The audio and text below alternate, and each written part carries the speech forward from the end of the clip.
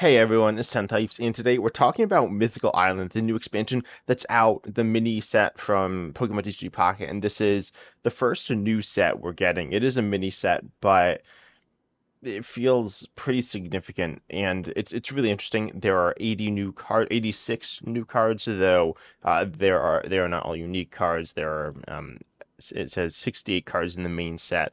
I believe there are, I don't know, I believe there's one card that we already have in the game right now. But there's a lot of different things to talk about with this set.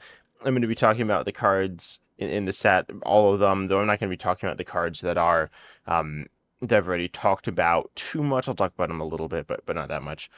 And all the cards kind of go together. There's a bunch of cards that have, a bunch of Pokemon that have new cards, and Pokemon that like didn't have VXs that now have VXs. A lot of stuff to dive into here. Let's start off with the alternate arts here, though, and they're fine. I don't really care that much about them, but they do look pretty good. The images don't look perfect from like mobile onto this like website and stuff like that, and potentially back onto mobile depending how you're watching this. So yeah, but the arts, I do like the arts here. Not too much to say about them, because that's, not really my thing. I'm not a big fan of the secret rares, specifically the golden ones, but overall they are cool. We got some supporters, 3 full art supporters, and things like that. But regardless, the cards that are really interesting to talk about here are the cards in the main set. As I said, 68 new cards, though. I believe Old Amber is not new at all. Old Amber is a card we have. I'm looking at Limitless. Limitless does not have the new cards in just yet. I don't know when that'll be added. I'm recording this like a few hours after the set dropped. I played with the cards a little bit, some of them, but not that much, only a tiny bit. I've opened a decent chunk of packs I saved up some hourglasses. So I played with some of them, and I have some stuff to say about them, but mostly it's just kind of like a reaction style video. But Old Amber here is, I believe, the same, played as if it were a 40 HP basic colorless Pokemon, although it is an item card, and then at any time during your turn you may discard it from play, and it cannot retreat. So it looks exactly the same, literally. There's no like set symbol, so it looks identical, which is kind of interesting. Now there's a card that can be pulled in both sets. The other trainers are different, and the Pokemon, I believe, are different, even if it's like the same Pokemon, but we'll get into that. We'll start off with Execute, and Execute has a card in the game right now, and of course there's Executor and Executor EX in the game, and there's a new Executor. An Executor at least is a Pokemon that can be both grass and psychic, but they are both grass. So all of three, I guess, are grass so far. The Executors in the game right now are both one energy attackers with a base damage and some coin flip additional damage there. And Execute and Executor, the new ones, are very different. I talked about this Execute before, and there's a lot of stuff to say with. There's just a lot of new cards, right? And they all they don't all work together, but this does work with some of the other new cards. But you accelerate a grass energy from your energy zone to this Pokemon.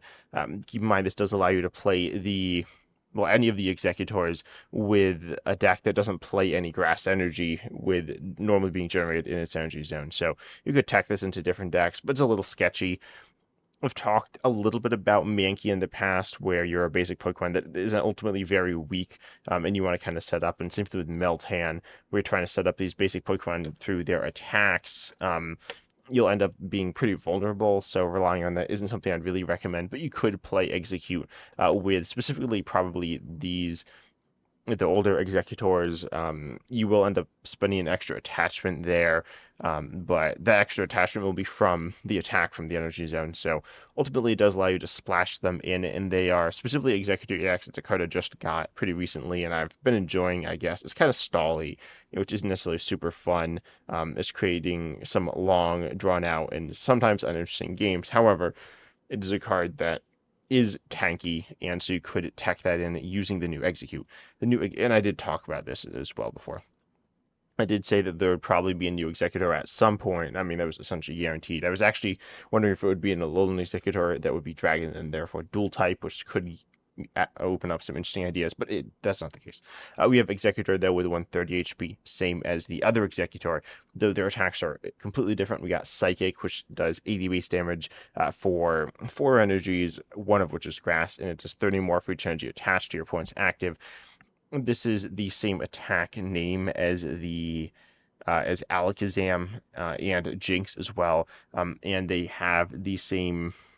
No, they have different like numbers completely from each other. I wasn't sure if they had Jinx and the Executive have the same damage multiplier, but regardless, this is I don't know. You're maybe hitting maybe 140, 120, somewhere around there. Probably not hitting much more than that. Might even just be hitting 100, and it's 4 energy on a stage 1. Yes, you can accelerate some with Execute, and so this functions kind of similarly to the Meltan, or the Meltan to the Melmetal. Melmetal isn't that good. Metal is obviously a very underdeveloped type. I don't even remember if there are no metal cards in the set, which is very disappointing. I think. I mean, I'm not a massive metal fan, but still. It's disappointing to see.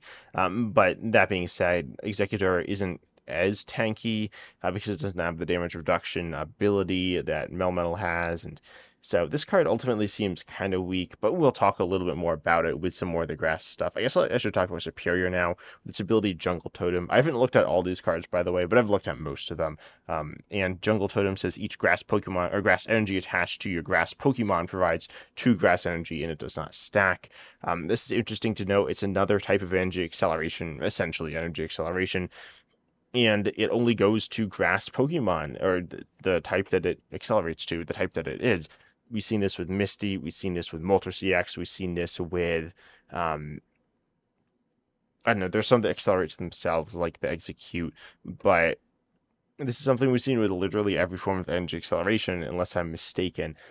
You have Misty. Oh, I think Gardevoir. Yeah, Gardevoir is the other big one. And so this is only accelerating to grass Pokemon. And grass right now, with the cards we have, ignoring the Mythical Island expansion, you have Venusaur EX, which is really the only meaningful interaction.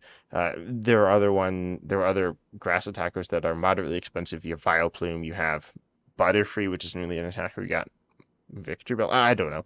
It's not that meaningful. Lilligant is also grass acceleration to grass Pokemon. We could pair these together, and this is pretty interesting, just getting a lot of magic acceleration, but it is on a stage 2, so it's kind of Gardevoir-y. I feel like these are pretty comparable Pokemon, Superior and Gardevoir. And then you have Celebi EX, which is the intended Pokemon to partner with the Superior here, with its attack Powerful Bloom, and Pocket has a lot of coin flips, and there are fun coin flips and not fun coin flips. This is an example, the perfect example, the best example so far, in my opinion, of fun coin flips. Flip a coin for each energy attached to this Pokemon. This attack does 50 damage for each heads. I've not played with Superior yet, so I'm not exactly sure how this looks visually.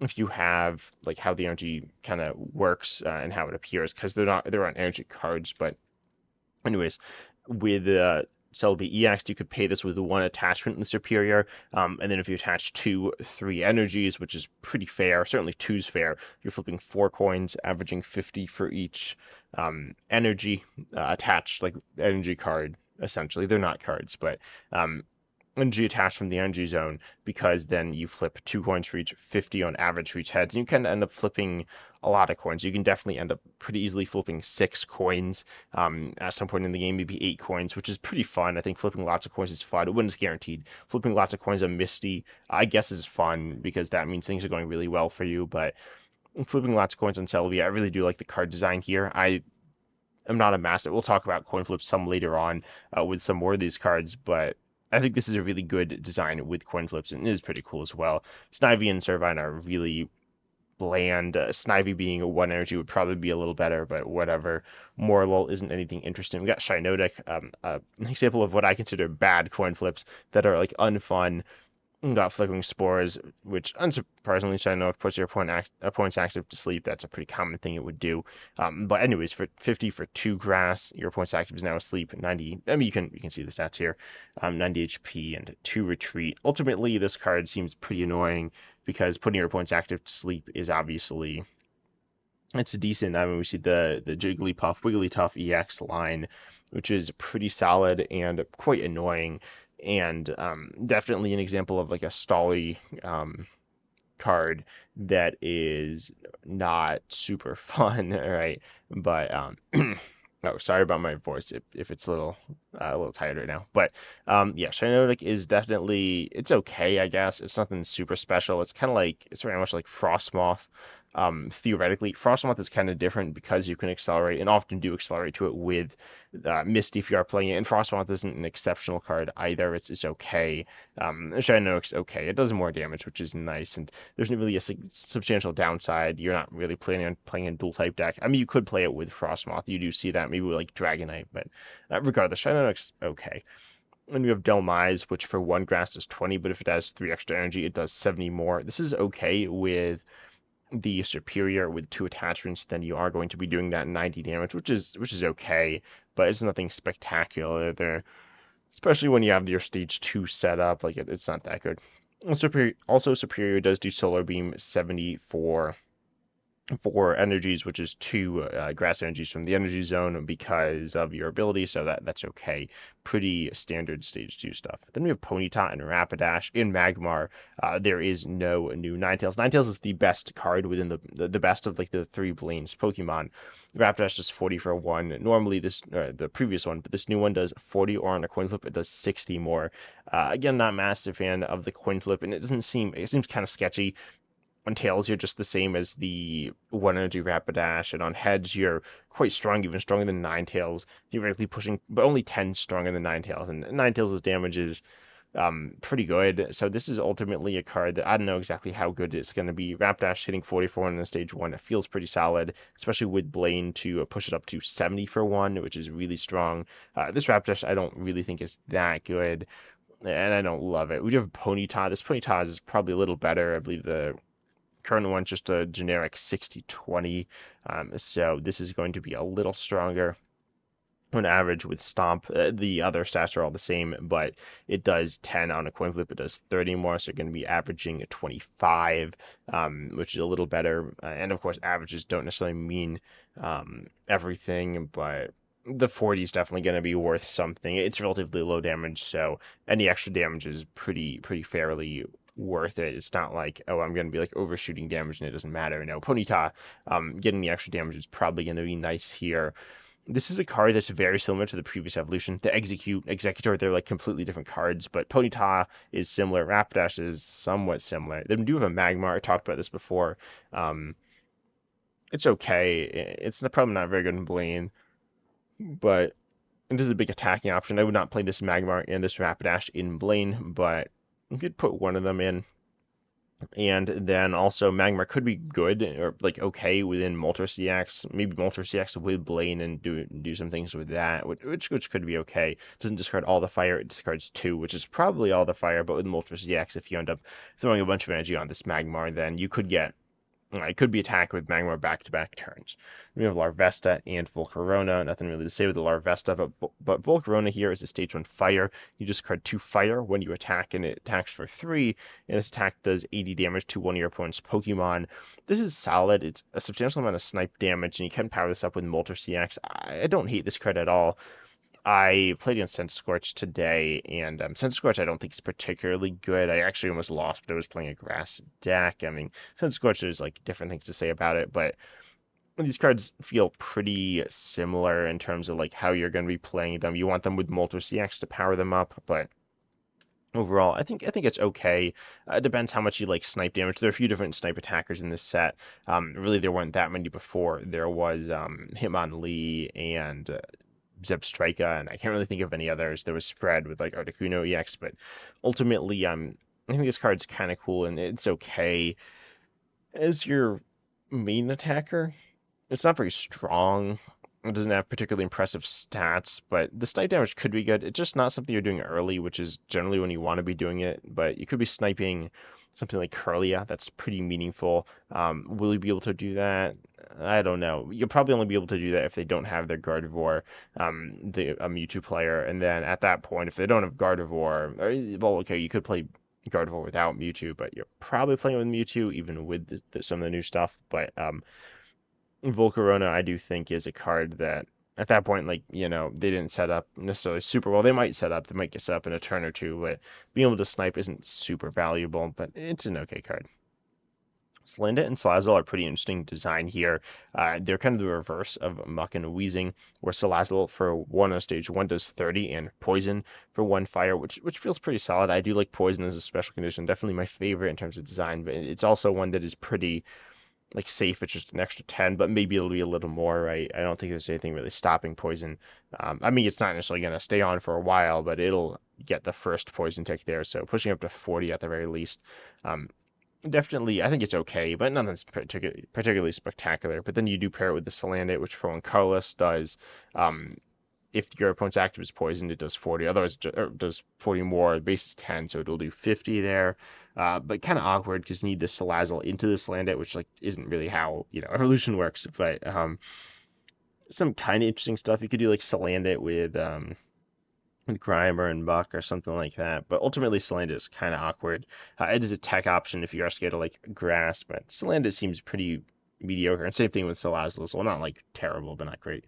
Then we got Magikarp, which can switch out for one water, which is not very good, right? Let's be honest. This attack of Magikarp is not very good because it only has one retreat.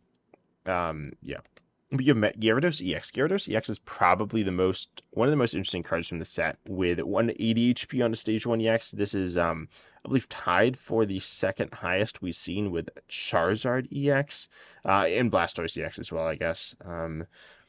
Let's again, Gyarados EX has less. Oh, and Machamp EX. So it's like Stage 2 EX levels of HP though, and then your attack is 140, but it is for 4 energies. You do have Misty though. And then your attack discards a random energy from among the energy attached to all Pokemon, both yours and your opponents, which the wording feels kind of awkward on that. But on top of that, it's not really a good effect because it's probably discarding energy from you because you have guaranteed at least 4 energy on your side of the board, and your opponent, let's be honest, probably doesn't have 4 energy on their side of the board because that's a lot, right? So Gyarados EX, and if they do, they probably just are attaching random extra energies at that point. So Gyarados EX's effectivest attack is bad. Probably it's kind of like the Gyarados that we have right now, but it's different as well. It's somewhat similar themes, but not the same. Um, but this is definitely very strong, right? It's kind of like a high roll Misty card is what I feel about it. It's not bad or super great. I don't know. It's like I don't know what to compare it to. There's nothing really like it. It's very expensive and very strong when it sets up. Magikarp obviously has really low HP, but Gyarados CX is interesting. Not really sure what to say about it. I'm not really trying to say, oh, this card's really great right now, or it's not bad, or it's like really bad, but it's an interesting card. And we have Vaporeon. We do have a new Eevee as well. I'll mention that real quick. It's just flip a coin till you get tails. It does 20 for each heads for one colorless, which is okay. Definitely not terrible, but nothing spectacular. Can get some cheese wins, but it's nothing great. And not very consistent either. Don't know if it's the best Eevee. But then you have Vaporeon here, and it can do 60 for 3. But then Washout as often as you like during your turn. It's its ability. You may move a water from one of your bench to one of your active. This is cool. I don't think it's great or terrible. I think it's an interesting ability that gives you a lot of versatility when you're moving your Pokemon around and kind of cool like Starmie EX. But ultimately, I think you're also looking for some form of healing. The only water Pokemon with healing, as far as I'm aware, it's Vaporeon, I'm pretty sure. Closter does have damage reduction, and there are some high HP water Pokemon like Gyarados EX. So it could be a useful and interesting card here, but it is kind of awkward. You need to set up the stage 1, which doesn't offer a ton of immediate value. But I don't hate this Vaporeon either. I think it's kind of an interesting card, but we'll see how good it ends up being. But it definitely, I would not be shocked if it's good, but I don't think it's gonna be immediately impactful on like a lot of the water decks. It's okay though, and you're looking for more expensive attackers like Articuno EX or Gyarados EX with lower retreat costs, which they don't have. We could pair it with a new Leaf supporter and get some value that way. And we have Finneon and Lumineon. Finneon's whatever, but Lumineon here is 50 snipe for 1 water to one of your points, for 2 water to one of your points bench. This is okay. I would like it. It does have free retreat as well, which is kind of cool, and has 80 HP here. I would like it a lot more if it could hit the active, so it would be a bit more versatile. Right now, if you're powering up Lumineon and that's your only threat that you're powering up, your opponent knows that they're active safe. Yes, you could Sabrina them, but Lumineon is definitely a card that doesn't as threatening as like Starmie EX really is. So I mean, it is threatening their bench. I was talking about Volcarona, but it does something pretty similar, threatening their Ralts on the bench, which is I think something you could definitely end up doing. But ultimately, Lumineon isn't like it's not a super strong card, but it's okay.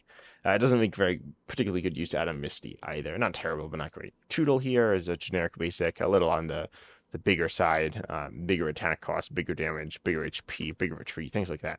But then you have Dreadnought here, 130 HP, 70 for 3 colorless, and if you flip coin, if heads, or sorry, 70 for 3 water, and flip coin if heads, discard a random energy from your opponent's active Pokemon. This is kind of like Firo, I think. It's pretty similar to that. It's okay. You can make okay use of Misty here. You have high retreat, so it's an okay card. Nothing particularly spectacular there, though. I think Cramorant's kind of interesting, especially with this wording. I find it kind of weird, but for 3 energy, 2 of which are water, you do 60, and on a coin flip, also you only have 80, which is like, it's not that low, but it's not high either. For a non-evolving basic, it's nothing crazy. Then flip coin if heads during your opponent's next turn, prevent all damage from and effects of attacks done to this Pokemon. I can't really think of too many. Like there's poison, I guess, and various special conditions, which is what it could be meaningful for. But again, I don't love these super swingy coin flip cards that kind of stop gameplay from happening. But regardless, this card's okay, definitely. Its HP, if it was a little higher, would be nicer. Right now, it's probably not necessarily surviving hits that often in like the mid stages of the game, mid to late stages, because it's not that high, but it could survive a hit here or there. The water type is kind of it's a type where you want to survive a hit and then like switch around, and sometimes that works well with like the Vaporeon card I was talking about. And this Cramorant has a higher attack cost and lower retreat cost, so it could be good there. But ultimately, Cramorant seems okay. Obviously, Water's a pretty coin flip based deck, and it could fit well into that deck. But I don't think it's a great card. It's okay. It's a it's an okay. It's a playable basic. Then you have Pikachu. I talked about this card a bunch, and it's really good. I think within the Pikachu EX deck, and by the way, you can play 2 Pikachus and 2 Pikachu EXs if you didn't know. And Circle Circuit here says for 1 lightning you do 10 for each of your bench lightning Pokemon. This will be normally you get 60/20s. This is essentially it's like often 60/30. I played with this card a little bit. It felt really great, and yeah, I think it's very good. Speaking of basics, then you have Dedenne, which is 10 for 1 lightning, and on a coin flip, it does inflicts paralysis. This is pretty solid, pretty disruptive for just 1 energy, kind of looking like a Jigglypuff, but Jigglypuff is colorless, which helps out a lot, but also it's a card that has less HP and does no damage. So Dedenne definitely is, I think, a pretty solid card for Pikachu EX. And then, of course, Pikachu itself evolves into Raichu. There is the old Raichu, and Raichu works with Lieutenant Surge. So you can move energy to your Raichu, your Electrode, which right now Electrode is pretty solid. Raichu is a big, um, almost one-shotting threat. It one-shots some things, but not necessarily everything you want it to. The old Raichu, the one from Genetic Apex, and then there's also Electabuzz. The Electabuzz in Genetic Apex is not particularly good. I don't think it's completely terrible. It's just some random basic for the deck, but nothing particularly spectacular or reliable either. But then you have Raichu here, the new one, which does for 3 Lightning, Giga Shock, 60, and 20 each of your points bench Pokemon. I think you do try to compare this to the other Raichu. They're both 3 energies. This one is more reliable because it doesn't discard the energies, so you can actually just manually power it up and have it as a main attacker. The other Raichu, like you're just not getting away with attacking with that consistently. But Giga Shock, the spread is okay, but it's not anything super impressive. But it is some form of spread, which is nice right now. If you're playing Raichu instead of Zebstrika, then you're going to be missing out on the snipe damage. But with this new Raichu, you could at least be threatening it, even if you're not playing it, or threatening the big one shot, even if you're not playing that card. So I think having a split evolution line with both cards being pretty comparable in terms of attack cost, then you can be threatening different things at the same time without actually like threatening them, just kind of pretending to threaten them, if that makes sense. It does have a higher retreat cost than the other Raichu. It does have higher HP though. It has 120, which is pretty nice. I mean, it's about as high as you're getting with Lightning. Yeah, Zapdos EX has more, and I guess Electros has more as well, but let's be honest, those aren't great. Zapdos EX is, I mean, I guess it's a good card because it gets played a lot, but it's not a standout amazing card either. It's good because Pikachu EX is good, but it's an okay card aside from that. We have Electabuzz here, which is a basic Pokemon that for 2 Lightning, it does 40 to one of your opponent's Pokemon, 40 Snipe anywhere. I like this a lot.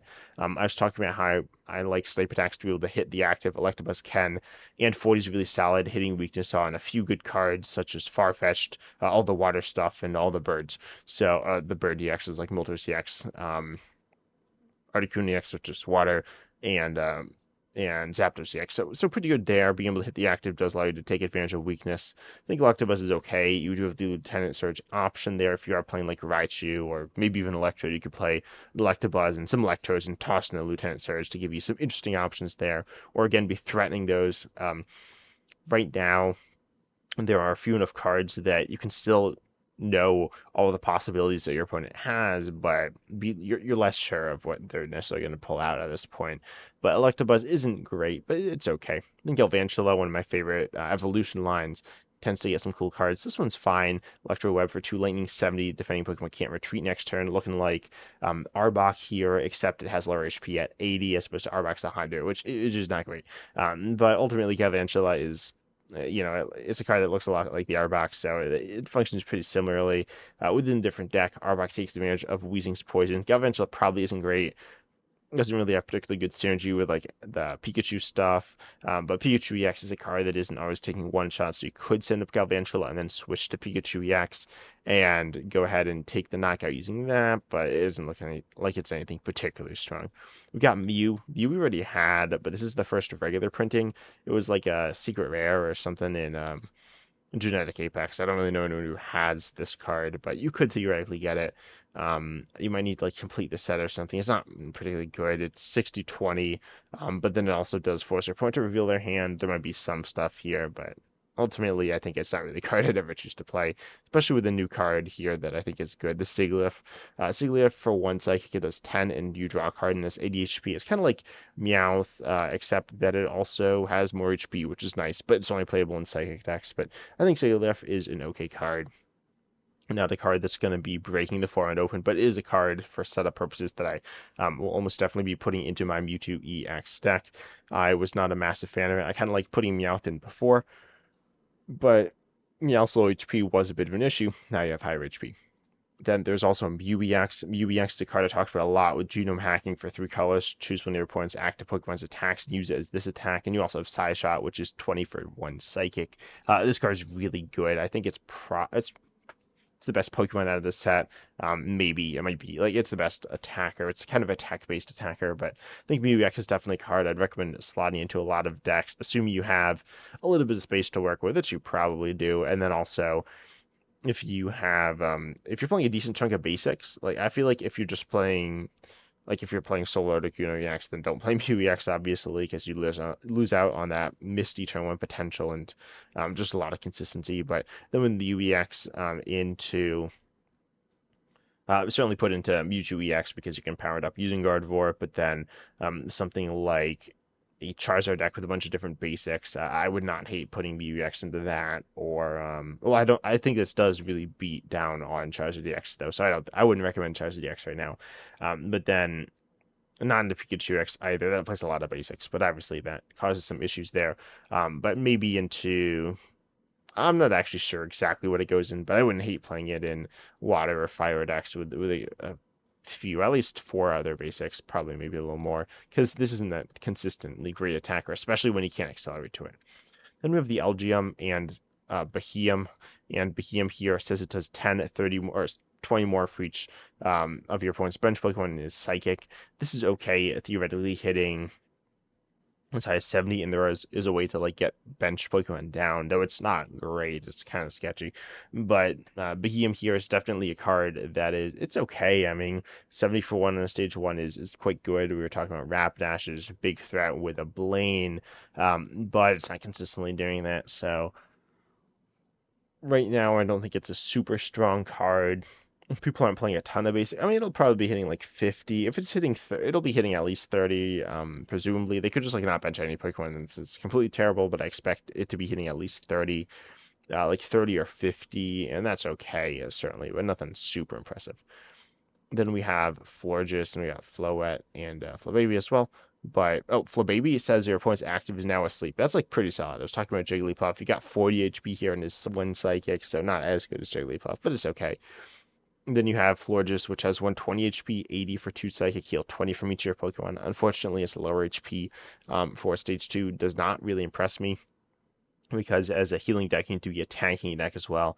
It looks a lot like Butterfree in terms of like the ability of Butterfree is now the attack of Florges, but Butterfree is a good card for a bunch of different reasons, and it's not even a great card, though I do believe it's a pretty solid one. But I think Florges is ultimately pretty lacking. The damage output is mediocre, and it's not a techable card, so I don't really know where you'd play this.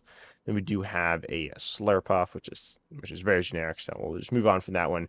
We got ourselves our third unique Mankey, I believe, and this for one fighting does 50 on a coin flip. Obviously, the Mankey from the promo pack A or whatever is really good for the Primate. We do have a new Primate, which just does 50 for one in stage one. Not a terrible card, but I definitely played two of the other Primate over this one. It only has 80 HP as well. Then we have Geodude, which is new, I guess. I haven't really played the Geodude. Yeah, it's a new Geodude, new Graveler as well. A more expensive Geodude, a cheaper Graveler, so you can kind of choose and mix and match and get what you want. And then you have Golem. The other Golem was like kind of bad. Well, I don't know, it does 150 for 4 in a stage 1 or stage 2, but then it does 30 to itself, has 160 HP. This other one's really tanky for 3 fighting and a colorless, though let's be honest, if you're playing this, you're only playing fighting. It does 120, which is a little less, but then it takes 30 less next turn. So it has 190, which is essentially the highest HP in the game. Essentially, well, no, Venusaur EX is healing, but it's really high. Golem definitely seems quite strong, but this is stage 2, and it's a lot of energy, so I don't think it's really going to be good enough unless we see some strong fighting support right now. Then we have Marshadow, which is a revenge attacker, does 40 for 2, but 100 if one of your Pokemon was knocked out last turn, or any of them were. It's okay, but it's a little awkward to use super well. It's a stronger attack. It's 100 for 2, which is really what you're looking to do. Only happened twice. It's not a bad attacker, though, by any means. I think Marshadow is okay, and probably a one of in fighting decks. Stonjourner does 90 for 3 on a basic, and has 120 HP, and does have 3 retreat as well. 3 as not free, so it's a bunch of retreat, but its stats are like 90 is a bunch for a basic. Pikachu X does that for 2, but you can't win them all. But then Stone Giant, like its stats are decent, kind of like a weird version of Pikachu EX, which more expensive, which is obviously a big selling point of Pikachu EX. But Stone Giant is definitely it's an okay Pokemon with some like solid stats here. And then we have Aerodactyl EX. I've talked about this before, and it evolves from Old Amber, a fossil, but it does 80 for 2 in a stage 1, one which is fighting, and then if it's in play, your opponent's active can't evolve, which from hand. I don't know if there's another way, but Aerodactyl EX is definitely a solid card. Is it a super strong card? Probably not. Its stats are solid though. Its ability ultimately isn't super insane. They can just evolve on the bench, which a lot of the time that your opponent will probably be able to do, but this is definitely an annoying card, and with the other Aerodactyl, it could cause some damage, but it's not amazing. We have Coughing, probably the weirdest basic I've seen in live, or in Pocket, not live, so far. Now, speaking of live, yeah, the game was crashing a lot when I was playing earlier.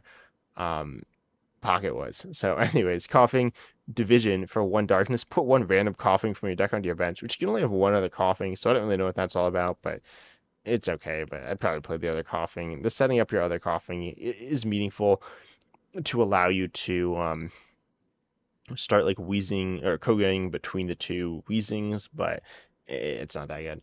Then we have the wheezing, the new one, which has 110 HP, which is the same amount of HP, and it has an attack for 2 darkness now, so not synergistic with Koga, but it says does 50 during your opponent's next turn. If the defending Pokemon tries to attack, they flip a coin. If tails, it doesn't happen. Again, another annoying card, which like stops your opponent from doing the game, playing the game on a coin flip, which again I don't love, but from card design's perspective, but you're able to do decent damage, more than the other wheezing. I guess it does 30 and then poison, which is equal to 40, but then 50 going back to you, so it's not that much stronger. It is 2 energy though, and has that annoying effect. I think you could put this in like play one of the other wheezing and kind of split them, but I don't love this card. I think the other wheezing's better, and has better synergy with the Koga line. Then we have a generic Liepard here, nothing particularly spectacular. Venipede, we got Whirlipede, which is poison for 1 darkness on stage 1 and 20. And then you have the Scolipede, which for 2 energy, 1 of which is dark, has Venoshock back again. 70 base, which is nice. It's It's actually exactly the same. It's one energy less than the Muck, but it's exactly the same aside from that. And it has 140 HP, which is okay, I guess. I'm not really sure, to be honest. No, that's pretty solid. And then it does 120 with poison, which is solid, plus the poison damage. So taking big knockouts here. I think Scolipede I do like more than Muck. Muck's expensive attack causes serious issues within the stack. Um, I do like Scolipede and Whirlipede setting it up like flows much better. Going from Grimer into Muck is definitely kind of awkward. Then we have Druddigon, which is a basic dragon Pokemon. We now have um, four dragon Pokemon, two lines, and Rough Skin is the ability here. If it's in the active and damage, do 20 to the attacking Pokemon, which I actually like a lot. We've seen the Poliwrath with a similar ability, but these cards don't, or the same ability, but I wouldn't say these cards look that similar because Druddigon is a basic, and Poliwrath is a stage 2. And Poliwrath has a lot more HP as well, so this might just be getting one-shotted, but still will do that damage. And then you do 90 for Fire, Water, Colorless, which is payable if you're kind of focusing on it. Don't really know how you do that, work this into other decks, though. Fire is either Blaine, which this doesn't really work with, or Moltres DX, which this definitely doesn't work with. Um, and then water, you do have different stuff, but like Misty, this doesn't work with. And ultimately, Druddigon seems kind of sketchy, but 90 is it's definitely has like solid stats. But Dragon typing is obviously kind of awkward. We got a new Pidgey, which is it's a little different stat-wise than the other one, but hardly different. We've got Pidgeotto, which is more expensive than even the Pidgeot, the regular Pidgeot, which sends your points active to the bench. Completely different than the Pidgeot EX with Scattering Cyclone for 3 colors, 80 and 20 more damage for each of your opponent's bench Pokemon, hitting and definitely this is a bit of a threat. So your opponent might be playing down more Pokemon, but also trying to avoid it. So I think this is a card that it does a bunch, right?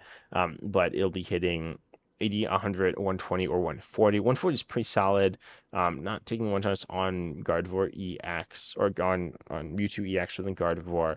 But Pidgeot EX is pretty solid at 170 HP. Again, nothing like insane for stage 2, certainly on the lower end there, but it's a lot of HP compared to most Pokemon. So Pidgeot EX looks pretty solid, especially with the baby Pidgeot, which you can play. They are different names, so they won't be eating up the deck slots. Like you could play, they will be eating up deck slots, but not to the same level that like you can't play mixes of Weezings. You can just play one of each. So Pidgeot EX definitely seems solid, and we'll talk about the Pokemon Flute card, which allows you to fill your opponent's bench a tiny bit. And we have Tauros. It does 120 for 3 on a basic 2 and EX, which is pretty alright. Not a bad card at all. Definitely one I expect to see teched around a little bit, but not insane. It's kind of expensive as well. Then we have Chatot. Chatot seems kind of insane. 60 HP here on a basic, 1 colorless. Shuffle your hand to your deck. Draw a card for each card in your opponent's hand. They'll probably have like 2 to 3 cards. This is shuffle, draw 2 to 3. If you have a low hand, then you can just play this and attack and draw a bunch. I think Meowth is a good card in the game right now. I think it's underrated. This doesn't do damage and is arguably less consistent as you might be drawing to the same cards and not really getting good value here. But I think Chatot theoretically is kind of insane, especially turn 1 going second. Your opponent probably has like 4 cards in their hand, and then you're just going to be able to draw a ton. I think Chatot is very, very strong. And we have a few trainers here. We got Blue. All your Pokemon take 10 less next turn. I think this is going to be like a new staple supporter. That's not super strong, but it is solid. The counter to Giovanni, I've talked about some before. Then we got Leaf, the supporter. During your next turn, the retreat cost of your active is 2 less. Originally, I wasn't a big fan of it. I think it fits decently into Gardevoir, and I don't think it's that much worse than X-Speed being a supporter, because supporters in the game right now, like the games are long enough that you can play supporters. You'll have enough turns to play all your supporters if you want, and if you draw into them, then you can play them. And Leaf is fine, I think, in some situations, but it depends on the deck. I think depending on the deck, it's pretty obvious. In Mewtwo, you probably want Leaf, and other decks, you like obviously Pikachu, you actually just be playing X Speed. And you have Bunny Expeditioner, which is really interesting. It's a card that only interacts with Mew EX, putting your Mew EX in the active into your hand. This is kind of weird. It's not a super tanky Pokemon for an EX. It's like on the lower end, I guess. A basic EX is kind of average. And then you also have a more expensive attack. I feel like this doesn't have synergy the same way that Weezing does. I'm not a big fan of this card, interacting only with one specific card. Then we do have another card that does support Mew EX, though. Also, I don't think this card is that good. I don't think Mew EX as its own attacker is super great, but you could toss it into a MUEX deck if you wanted. Mythical Slab, though, is an item here. Look at the top card of your deck. If that is a psychic Pokemon, put it into your hand. If not, put it on the bottom of your deck. This is really interesting, allowing you to, and you don't reveal the card either, which is nice. It's the same thing with Pokeball, but this allows you to get closer to psychic Pokemon. Pokeball will shuffle your deck, and certain things will, but even if you don't need a psychic, it goes on the bottom. Then you're able to search for psychics more. What is this good with? I guess it's good in Gardevoir. It's a very good card for Gardevoir. I guess I need to pop two of this in right away. I kind of forgot, or I might not have pulled it, but it allows you to get your Gardevoirs faster or your whatever's, your Gengars. It's really important for Psychic Evolution decks, allowing you to essentially thin down your deck a little bit to get those Psychic Pokemon a little bit easier and get to them faster if you have other stuff in the way. Then you have Pokemon Flute as the last card we're going to take a look at, which is an item saying put a basic Pokemon from your points discard onto your bench. And this card is interesting, allowing you to bring Pokemon back, then Sabrina them and bring them into the active, and your opponent isn't necessarily prepared for that. Pokemon Flute is definitely a card that's going to complicate things a little bit, um, encouraging your opponent to play basics at certain times. But ultimately, it's only a card. Pokemon can really only end up in the discard through being knocked out. I think there's like a Persian which can do that or something, but that's essentially never going to happen. So really, the only thing that's going to happen is you're knocked out. That you want to get it like then you want to bring your opponent's Pokemon back, and it could do something strong for you, but generally recovering your opponent's Pokemon, that just doesn't seem that good. This isn't like a control format where you can just gust it up and get it trapped. This is just something where you can catch your opponent a little bit off guard or take an extra point through a combination with Sabrina here. Pokemon Flute's okay, but it might end up being really good, and I would not be shocked if it ends up being really good later on, but right now I think it's just kind of okay, not unstable, but could lead to some really good plays. Overall, this set's really interesting with a lot of like reprints of other Pokemon, which are cool and different. I really do like this set. I think there are some really awesome cards. I said I like Celebi X's handling of coin flips. There's some cards that, as I said, I did not like their handling of coin flips, but overall, there's some really cool cards, some really weird cards as well from the set. But I can't wait to see more with the next expansion. I do like what's being built on, but there'll be even more in the future. But anyways, I hope you enjoy and consider liking, subscribing, hit the bell, all that good stuff. I'm really tired right now because staying up for the set drop, but it's cool. But hope you enjoyed, and as always, I'm excited to see you in the next video.